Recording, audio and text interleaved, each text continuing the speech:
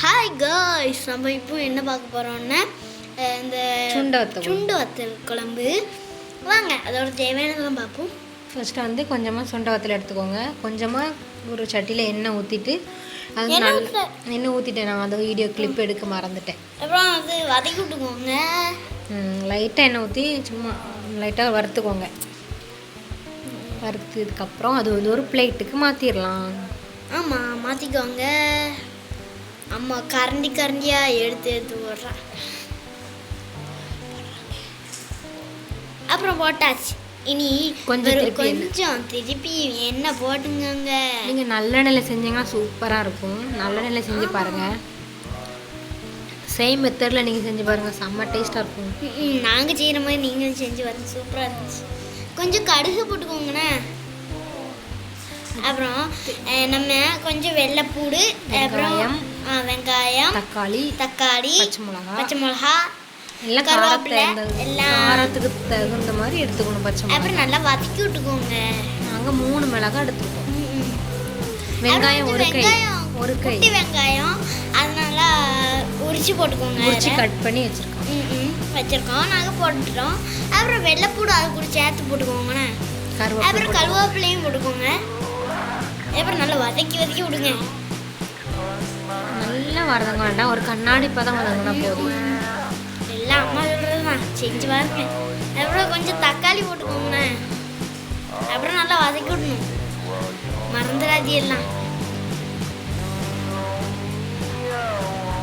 உங்களுக்கு மழை பெய்தான்னு நீங்கள் கீழே கொடுத்துருங்க, எங்களுக்கும் கமெண்ட் பண்ணுங்க. அப்புறம் எங்களுக்கு மழை பெய்யுது ரொம்ப, இடி மின்னல் சமயம், டிவி ஒன்றும் வராது.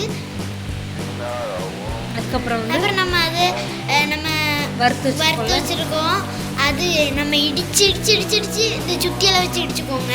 வத்தல் சுத்தியில் இல்லது இடிவரல் இடிக்கல், அதை வச்சு இடிச்சுக்கணும். நான் சின்ன பிள்ளையா இருந்தப்போலாம் இதை பார்த்தே கிடையாது. இப்போ தான் நான் பார்க்கேன்.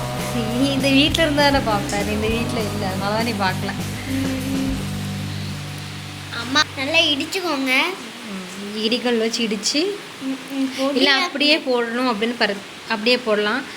இல்லை நீங்கள் இடித்து போடணும், இடித்து போட்டுக்கலாம். நான் இப்படியே போட்டேன்னா எங்கள் வீட்டு பாப்பா எடுத்து வெளியில் போட்டுருவா. அதனால் நான் வந்து இடித்து போட்டிருக்கேன். நான் இல்லை, அந்த பாப்பா ஆலிஸ் தான். நீ சாப்பிட்டியா? ஆமாம், சூப்பராக இருந்துச்சு. இதே மாதிரி நல்லா இடிச்சுக்கோங்க. கிட்ஸு கொடுக்குறதா தான் இந்த மாதிரி இடிச்சு தான் கொடுக்கணும், ஏன்னா அவங்க சாப்பிட மாட்டாங்க. நான் கொஞ்சம் இனிப்பாக இருந்துச்சுன்னு சாப்பிட்டேன். வெல்லம் போடணும், அப்படி தான் இனிப்பாக இருக்கும். நான் வெல்லம் போடுறது வீடியோவில் எடுக்கல. அதுக்கப்புறம் நம்ம இந்த வெட்டி வச்சிருக்க எல்லாம் போட்டோம்ல, அதனால வதக்கி விட்டோம்ல, அதை நம்ம திரும்பி பார்த்தா அதில் கொஞ்சம் மிளகாவும் வெள்ளைப்பூடு ஆட் பண்ணிக்குவோங்க. ஏன் பார்க்காமல ஆட் பண்ணலாம்? நல்லா வதக்கி விட்டுக்குவோங்க. அப்புறம் நம்ம மஞ்சள் பொடி இல்லை, இது வந்து வீட்டில் அரைச்ச கரம் மல்லிப்பொடி. வரானே 3 ஸ்பூன் போட்டிருக்கேன். 3 ஸ்பூன் போட்டால் தான் நல்லா டேஸ்ட்டாக இருக்கும். அப்புறம் நல்லா வதக்கி விட்டுக்கோங்கண்ணே. இந்த மாதிரி அந்த மல்லிப்பொடியோட பச்சை ஸ்மெல் போகிற வரைக்கும் நல்லா வதக்கணும். அப்புறம் எனக்கு வதக்கிறதெல்லாம் ரொம்ப ரொம்ப பிடிக்கும். அப்புறம் வந்து காரத்துக்கு தகுந்த மாதிரி ஒரு 2 ஸ்பூன் வத்தல் தூள் சேர்த்துருக்கேன். அப்போ தான் கொஞ்சம் உரப்பு கூடிரும்.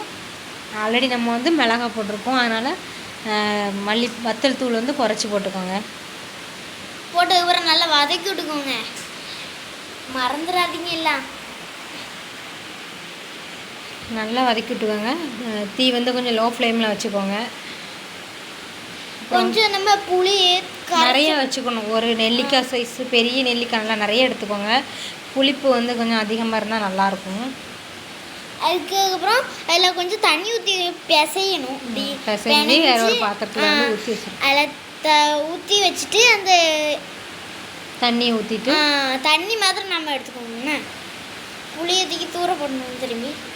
இப்போ அப்புறம் நம்ம அரைச்சி வச்சோம்ல, இந்த இடித்து வச்சோம்ல, அதை நம்ம அதில் போட்டுக்கலாம். சுண்டு வத்தல் குழம்பு தானே, சுண்டு வத்தல் குழம்பு. ஆனால் கொஞ்சம் உப்பு போட்டுக்கோங்கண்ணே. உங்களுக்கு தேவையான அளவு உப்பு போட்டுக்கோங்க. அப்புறம் நல்லா வதக்கி விட்டுக்கோங்கண்ணே. கிண்டி விட்டுக்கணும். தண்ணி ஊற்றியாச்சுல, ஆனால் வதக்கணும். அதுக்கப்புறம் வந்து இதை வந்து தண்ணியெல்லாம் வற்றினதுக்கப்புறம் இந்த கன்சிஸ்டன்சிலாம் இருக்கும். நீங்கள் இதை விட தண்ணி வேணாலும் தண்ணி வச்சுக்கோங்க. இப்போ நம்மளோட வத்த குழம்பு ரெடி ஆகிடுச்சு. ஷேர் பண்ணுங்கள், சப்ஸ்கிரைப் பண்ணுங்கள். இஷ்டி ஆல். இதே மாதிரி நீங்களும் செய்யுங்க.